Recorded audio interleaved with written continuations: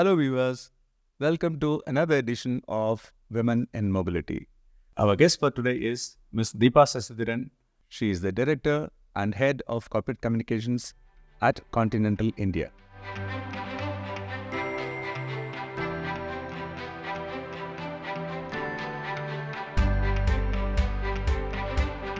Our guest today is a trailblazer in the field of communications with nearly 2 decades of expertise shaping narratives and driving impactful campaigns.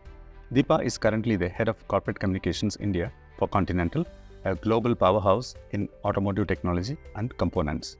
Her journey in communications took root at IBS Software, and after a brief stint at Continental, she took charge of the communications team at Applied Materials. However, as her heart led her back to the automotive, she rejoined Continental in 2017, where she assumed the leadership of the corporate communications team for the entire group. Join me in welcoming Deepa Sasidharan, a known name in the realm of corporate communications. Deepa, welcome to the show. Thank you, Murli. It's a pleasure to be here. Thanks so much. So what made you to choose communication as your career? Well, what I wanted really to do was what you're doing right now. I wanted to be a journalist, but for various reasons, it did not work out at the time for me. And communications is the closest to journalism that I could find as a profession. And when I started, it was a budding profession. Corporate communications did not exist in all organizations. I started on a trial basis, but I liked it and I continued with it, and here I am. Were there challenges in male-dominated organizations? Oh, well, I started my career with a startup in the airline industry called IBS Software. Later, I was in Continental for a short while, and then with Applied Materials, which is into semiconductor industry, semiconductor manufacturing, and now I'm again with Continental. I would say any industry, if you look at, is fairly male-dominated. I won't say there are challenges because organizations are very conscious about diversity, making you feel included. And the environment is always very, very warm and welcoming. So I've not felt a challenge really, but it's always, I really want to see more women and other genders in the workforce. What made you to come back to automotive again? Yeah, it was automotive. See, when I saw this was an automotive company, I really wanted to join. So that's the reason why I chose Continental. Then why did you switch in between? In between, I had to switch career. It was a career decision at that point. But, nothing's as exciting as automotive industry. And Continental really, if you see, so much of variety in terms of technology. There are so many stories to tell. And I really love it here. Okay. Can you narrate some of the key moments in your leadership journey? Okay, anecdotes in my journey. Okay, if I give some examples from Continental, in the last few years, we've done a lot of, we've experimented with different formats of communication, whether it is customer-focused events or even media-related stories.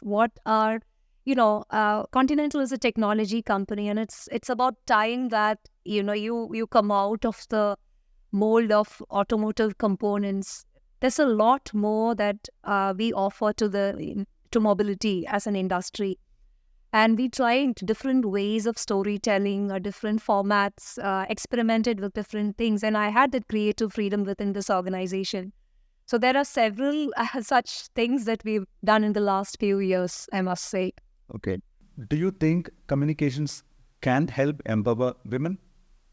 Yes, in many ways, actually. So there is this misconception sometimes that communications is an industry where you see a lot of women, and that's really not the case in all industries. Well, see, in addition to what we do in our own teams, we work with a lot of external organizations. I've taken care to pick organization where there are women leaders in that organization. Several agencies we work with, I would always give preference to agencies which are led by women founders. We work with a lot of startups, so we enable such things and marketing and communications functions are mostly one of the largest spenders in the organization. So that way we can actually empower this ecosystem itself. And in the kind of stories that we tell, right, there are always beautiful stories inside any organization. We we need to look at all of those angles, and there are different ways you send out that message out there. And even when you talk about automotive is really, there is so much of myth around our industry that it is male focused, it's not a conducive environment for women.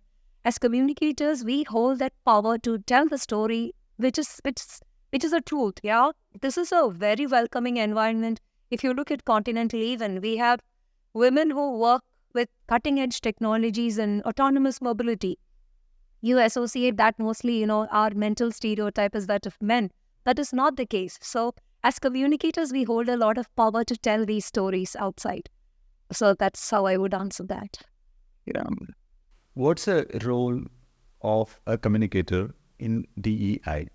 Okay, I would answer that in two ways. One is the function itself as communications. And two, me as a senior person in the organization leading communications. So that part, if you really see, lead by example, mentor more women, pay forward, I believe strongly in that. A lot of people, because of virtue of my role, I'm a little bit more in the limelight than, say, a person in technology. So there are a lot of people who look up to you, and you have to really be that role model for them. That is the second half of the question. The first half about communications as a function itself, like I said earlier, there are so many stories within the organization that needs to be told. Yeah, it might exist in silos within an organization. It might exist within a certain business. We should tell these stories to the outside world or to internally within our own community. So that is why I always feel that as communicators, we have a lot of power to tell these stories, these beautiful stories. It's a treasure trove, really. So we have to find that treasure and share it with everybody. Treasure trove, very true. What, according to you, are the impediments for certain organizations in empowering women? Okay, it's one aspect. See, there are so many stereotypical views that we have. It could be, societal. We have so many things in our minds. We think maybe, before you hire a woman, you probably think twice that, is she going to get married? Is she going to relocate, etc.? But at Continental, there are specific checks and balances that we have to make sure that this is serious. Diversity is taken as very serious business priority. This is reviewed by the management at regular periods, looking at the process and looking at the progress year on year, quarter on quarter to see are we progressing. Because often, our mental stereotypes can actually impact our decision making, right? And about automotive industry in general, again, the stereotypes about will women fit into this, and is it a man's domain? Men are automatically attracted to automotive. That is not the case. You should talk to some of our women engineers who work here in automotive. Then, all that changes your perception completely. We have some brilliant performers here, and we also take care that, they are given support throughout their journey, because, it is not just about hiring the people. It's about making sure that they grow in the system. They are empowered to take on leadership. And yes, in our society, there is, after marriage, there comes a lot of responsibilities, maternal responsibilities, caregiver responsibilities, all these are there. Then you require that flexibility because, you can't work around that. Yeah, it is a reality in our country. So there are these things as well. Probably some organizations think about all of these as heavy investments of your time, effort, and so on. But with experience, I can say that at Continental, that is not the case. There is real focus in this topic. In general, many women feel this. Like, for example, there are some inevitable career breaks. Yeah. And many drop out. They don't even come back. And even if they come back, there is the progression is not as smooth as it used to be. There is part of it is reality. Part of it, people carry that perception too. For instance, in my own case, in 2007, when I had my baby, I had some other personal challenges. And I was thinking of taking a career break. But my boss at IBS Software, I still acknowledge them with so much of gratitude. they gave me an extended work from home for a few months when work from home was unheard of at that time, 2007. Yeah, I could grow in my career. I still continue to be a good performer. They had that confidence in me, and I didn't want to let them down. So it worked for me. I have seen that work for several people in such organization which value their employee irrespective of their gender. Gender doesn't matter really, but you still cannot. You have to acknowledge that these are all realities. Sometimes some people have to take those choices. There are several organizations, including Continental. There are, bring women who have taken a break, bring them back to the workforce. We also have such an initiative. So there are several programs that we have. And at Continental, I would also like to mention something, CSR, social responsibility, which again, I had social responsibility for Continental in India. We started a program called Women for Manufacturing. Yeah, for especially, in our industry, what is the percentage, especially in the shop floor. Half of it is because of perception or, that myth that, are shop floors suitable for women and at what shifts do I work? There are so many misconceptions. So with this program, actually, I started this program and I'm very proud of it. With this program, what we wanted to achieve was get more women to the shop floor. Yeah. And we've completed several batches. We started this in 2021 and now 24 start. We have trained, mentored, and successfully placed more than 1,000 women in the workforce in different companies. Different companies hire from us. And we are not creating pipeline for Continental. This is a CSR, social responsibility project. Several manufacturing companies hire from us. So these are all ways by which, organizations enable women while working around the problems that they have. Several challenges exist.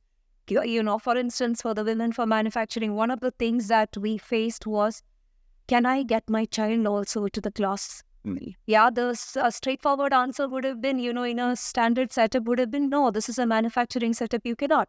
But we made that possible for her, and because of that, she completed the course, and we were able to find an employment for her. So problems exist. We have to find solutions for those problems. Find solutions, you're right. There are professional and personal commitments. How do you strike a balance between the two? So, I think with workplaces are no longer, we don't have watertight compartments anymore that this is my professional life and this is my personal life. Flexibility extends both ways. So, my organization is very, very flexible. At the same time, I make sure I'm flexible for my organization. So, I have not faced much challenges. Actually, even when my child was young and I had, responsibilities there, I've been able to manage, and I think I have a relatively okay support system back home as well. And I think I've chosen organizations wisely, or, I've been lucky with that, I've worked only with organizations which have been accommodative and, accepts me as I am, in a whole package of, my personal responsibilities. And so I do not compromise on my work ethic at any point. Yeah, I do not. I really make sure that if I have a personal responsibility, it does not affect my work. And the nature of my work is also such that I cannot leave something unattended. I can come back, do tomorrow. Sometimes things need immediate attention. So I make sure that happens. At the same time, I take flexibility when it requires that in my personal life as well. Nice. What are your hobbies? Well, I used to be a painter at one point. I used to paint. I should restart that. One New Year resolution. I read, but now my eyesight is getting poor with age, so I've stopped reading. I am more, inclined to audio. But I used to love reading at one point. Now, switching to audio. What do you have to say for the young aspirants? Young aspirants, I do not fall for stereotypes, whether it is in your personal life or in your professional life. And what I have learned from my own experience is listen to yourself than, whether it is your parents, your relatives or whoever it is. Everybody has your good intention when they advise you, but you know what is best for you. And I would say, follow your heart. I've done that. Follow your intuition. Yes. Great. Deepa, it was wonderful talking to you. Thank Thank you so much for being part of Women in Mobility. Thank you. Thank you.